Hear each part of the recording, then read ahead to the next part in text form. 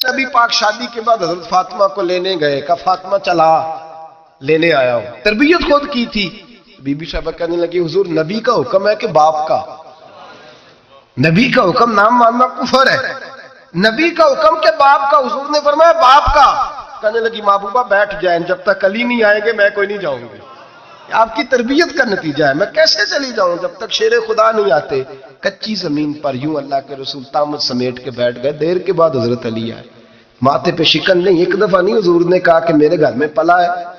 جناب علی تو کچھ سالوں کے تھے جب حضور کے در اقدس پہ آ گئے، یہ نہیں اللہ کے رسول نے فرمایا کہ میرے گھر میں پلا ہے، میرا غلام ہے، ساری زندگی میرا دستر نگر رہا ہے، کیسے بول سکتا ہے، کوئی لفظ نہیں کہے۔ فرمایا تو ٹھیک کہتی ہے، شیر خدا آئے تو میرے کریم رسول نے فرمایا علی اگر تو اجازت دے تو میں فاطمہ کو لے جاؤں۔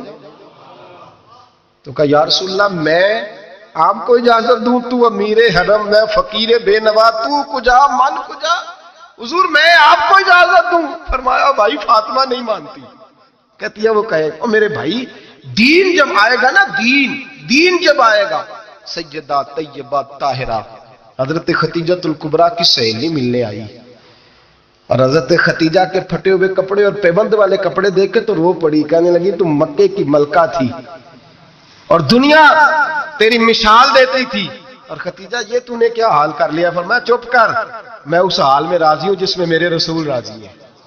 جب دین ہوتا ہے نا میرے بھائی، دین تو پھر کچھ نہ کچھ تصور اللہ جانتا ہے۔ کوئی بندہ دین نہیں پوچھتا، کوئی دین نہیں پوچھتا، کوئی عقیدہ نہیں پوچھتا، کہتا ہے ٹھیک ہو جائے گا۔ یاد رکھ لینا، ہم نے دیکھا ہے اگر کوئی بد مذہب عورت آ گئی تو اس نے تباہی پھیلا دی گھر کے اندر، تباہی پھیلا دی۔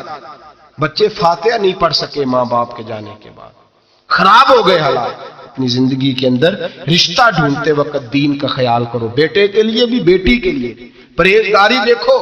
بچہ پرہیزگار ہوگا تو بچی اگر کمزور بھی ہوگی تو اللہ سے ڈر کے اسے پاس رکھے گی۔ تو میرے حبیب نے فرمایا جو بی بی جتنا گھر کے اندر رہے گی، جتنا گھر کے اندر رہے گی، جتنا گھر کے اندر رہے گی، اتنا ہی وہ اپنے رب کے قریب ہوتی جائے گی، اتنا ہی اللہ کا قرب پاتی جائے گی، اتنا ہی رب کریم کی ولیہ ہوتی جائے گی، اتنا ہی اللہ تبارک و تعالیٰ اسے اپنی قرب کی منازل طے فرمائیں گے۔ جتنی وہ گھر کے اندر رہے گی اتنی اللہ کے قریب رہے گی، اور جتنی سج دھج کے باہر نکلے گی، جتنی صبرے گی، اتنی وہ اللہ سے دور ہوتی جائے گی۔ جتنے قدم اس کے گھر سے دور نکلیں گے اتنے ہی قدم اس کے اللہ کے قرب سے دور ہوتے جائے گے، اتنے ہی قدم۔ مائیں تمہاری دعائیں قبول ہوں گی، میری ماؤں تب قبول ہوں گی جب تم گھر میں رہو گی۔ بیٹیوں رب کریم کا قرب اس وقت نصیب ہوگا جب تم گھر کے اندر رہو گی۔ میں کہتا ہوں اب شادیاں نہیں ہوتی، تجارتیں ہوتی ہیں، کاروبار ہوتے ہیں۔ اب لوگ کہتے ہیں چلو یہ بھی ساتھ آ جائے گا، یہ بھی، اس بھٹی میں نہ جھونکو، یہ زندگی کا فیصلہ ہے۔ اور اس کے بعد گھر اس لیے ٹوٹتا ہے کہ ہم ان کی مذہبی شرعی تربیت نہیں کر پاتے۔ توجہ ہے آپ دوستوں کی؟ نبی پاک صلی اللہ علیہ وسلم نے کہا ہے کہ مرد شادی اس وقت کرے جب نان و نفقہ دے سکتا ہے۔ کیا لفظ ہے جی؟ نانو، وہ کیا ہوتا ہے؟ ضروریات۔ اس میں پارک میں جانا شامل نہیں، اس میں پارک میں جانا شامل نہیں، اس میں 4-5 دن کے لیے مری کی رہائش شامل نہیں، اس پیکج میں وہ شامل نہیں۔ یاد رکھیں، یہ بھی ٹریننگ دیں۔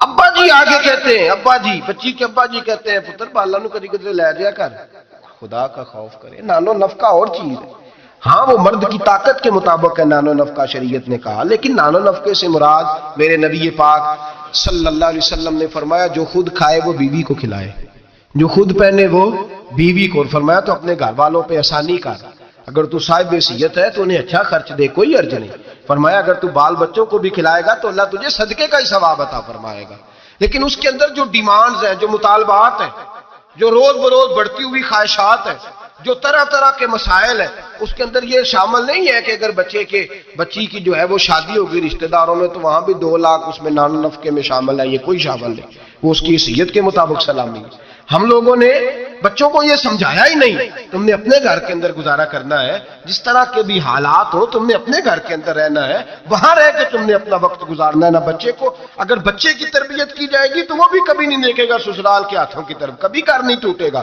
محنت سے کمائے گا، جد و جہد کرے گا۔ اور اگر بچی کو سمجھایا جائے گا وہ بھی ناجائز مطالبات نہیں کرے گی۔ اپنی عزت کو اپنے گھر کے اندر محفوظ کرے گی. میرے نبی پاک صلی اللہ علیہ وآلہ وسلم نے ارشاد فرمایا کثرت کے ساتھ عورتیں جہنم میں جائیں گی.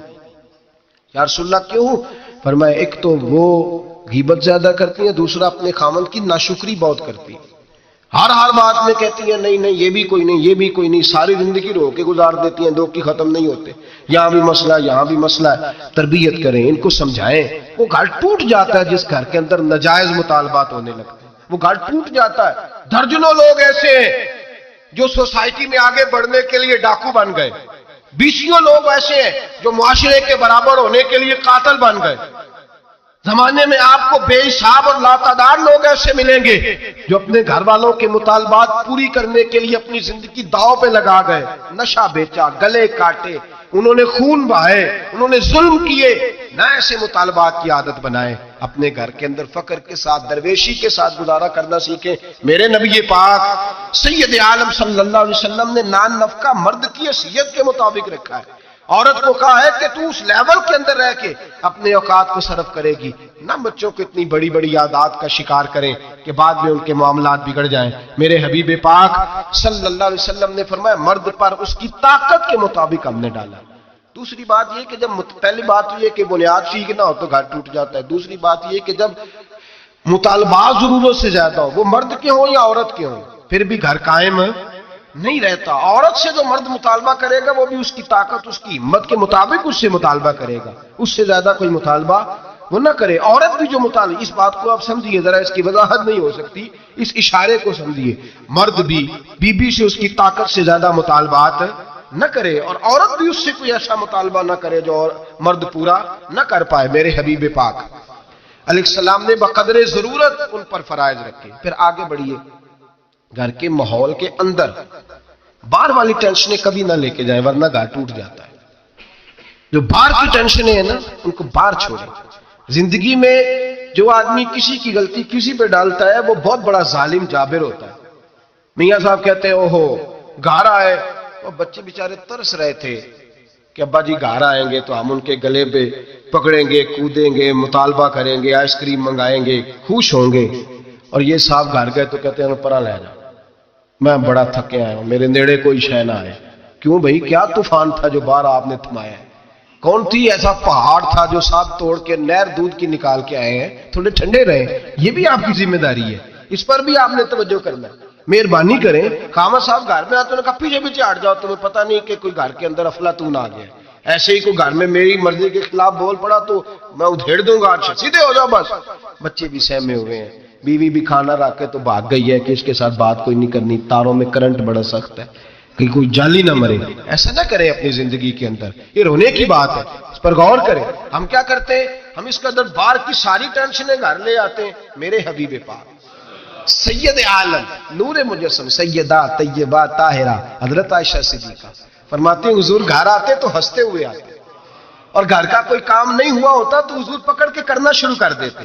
اور یار یہ میرے نبی پاک کی اس مزاج کے اس اعلیٰ حسن کو سمجھو. ایسا کوئی محبوب کہیں ہوگا نہ کہیں ہے، بیٹھا ہے چٹائی پہ مگر عرش نشیں ہے. محبوب ایک یہ 7 بیٹی رہتی ہے، 7. حضور کے گھر کے متصل حضرت فاطمہ کا گھر ہے. میرے کریم نے ایک دن گئے، فرمایا فاطمہ تیاری کرنا، آج میں نے تیرے گھر میں سونا ہے. ساتھ ہی تو رہتے ہیں، کیا ضرورت ہے؟ لیکن حضور نے گھر کا ماحول اندر کا خوشنما بنا، تیرے گھر سونا ہے. حضرت فاطمہ کہتے ہیں حضور میرے گھر آئے، چارپائی پہ لیٹے تو اللہ کے رسول نے فرمایا بچے دونوں میرے ساتھ سوئیں گے، حسن ادھر سوئے گا، حسین ادھر سوئے گا، میرے ساتھ سوئیں گے دونوں شہزادے. فرماتی آدھی رات کا وقت ہوا تو حسن اور حسین دودھ مانگنے لگے تو حضور نے فرمایا فاطمہ اٹھ، حسن کو تو دودھ ڈال کر دے، حسین کو میں دیتا ہوں. گھر کے اندر میرے نبی پاک شستگی والا مزاج، خوبصورتی والا، پیار والا مزاج بنا کے رکھتے تھے. اور بی بی صاحبہ بھی، میں نے مرد کی بات پہلے کر لی ہے، بیویاں ناراض نہ ہو جائیں، پہلے خاوند کی بات کی ہے جو کوتاہی پائی جاتی ہے. اب بی بی صاحبہ بھی اللہ کرے وہ ساس بیچاری بوڑھی عورت تھی، بیمار تھی، کسی تلخی میں اس نے کوئی بات کر دی تو اب وہ گھر آیا تو خاوند نے آ کے پوچھا روٹیوں نے کہا میرے کو نہیں پک رہی. تو تیری طبیعت کیسی؟ اس نے کہا بس اگر تو 20 منٹ اور نہ آتا تو میں بس فوت ہونے لگی، قریب المرگ تھی، ختم ہو گیا سارا کچھ، بس تو مجھے کسی طریقے سے نہ میری پہلے سن لے بیوتا کہانی. پتہ نہیں بیچارہ کس آزمائش سے وہ آیا ہے، اس کو پتہ ہی نہیں کہ یہ اس کے ساتھ کیا سلوک کر رہی ہے، اب اس کی ماں ہے. کون ہے؟ بول کے بتائیے. مائیں بدلی جا سکتی ہیں؟ باپ. تو کس کی شکایت کر رہی ہے؟ یہ پتہ ہی نہیں تو کس کی بات کر رہی ہے. اب اس نے ساری سٹوری اس نے کہا یہ ہو گیا، اور پھر آنسو بھی اللہ نے ایکسٹرا دیے ہوتے ہیں، تو وہ فوری طور پر وہ سیلے رواں بہنا شروع ہو گیا. اب وہ طوفان ہے کہ تھمتا ہی نہیں، دریا ہے کہ رکتا ہی نہیں. اب شکوے جب سے آئی مر گئی تیرے گھر میں. اب وہ بیچارہ وہ اکبر اللہ آبادی کہتے ہیں جب بھی کی بی بی نے ان سے اسکول ہی کی بات کی، یہ نہ بتلایا کہاں رکھی ہے روٹی رات کی. خدا خیر فرمائے، اس نے جب تک اس کو پوری سٹوری پوری طور پر جو ہے وہ سنا نہیں لی. اور پھر مطالبہ یہ ہے کہ تم میرے ساتھ مل کے کہہ یہ سارے برے ہیں.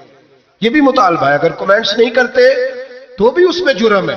حالانکہ اس کو پتہ ہی نہیں کہ ماں باپ خانہ کعبہ ہوتے ہیں، ان کے بارے میں کسی کو اکسانا بھی منع ہے. اب بیوی کے لیے حکم کیا دیا میرے نبی پاک نے؟ میرے رسول پاک علیہ السلام نے فرمایا بیوی کا حق ہے کہ جب خاوند گھر آئے تو بیوی اسے ہنستی ہوئی ملے، اسے اپنے اوپر جبر کرے، کچھ دیر کے لیے حوصلہ پیدا کرے، وقت کا انتظار کرے، موقع دیکھے، خیال کرے. ایسے ہی فوری طور پر اپنی جو ہے وہ تکلیفیں اور آزمائشیں اٹھا کے نہ رکھ دے، خیال کرے، ورنہ گھر ٹوٹ جائے گا. شدت کے ساتھ عورت بات کرے گی، اسی شدت کے ساتھ مرد کرے گا. 2 منٹ لگیں گے تو تعلق ہے وہ چکنا چور ہو جائے گا.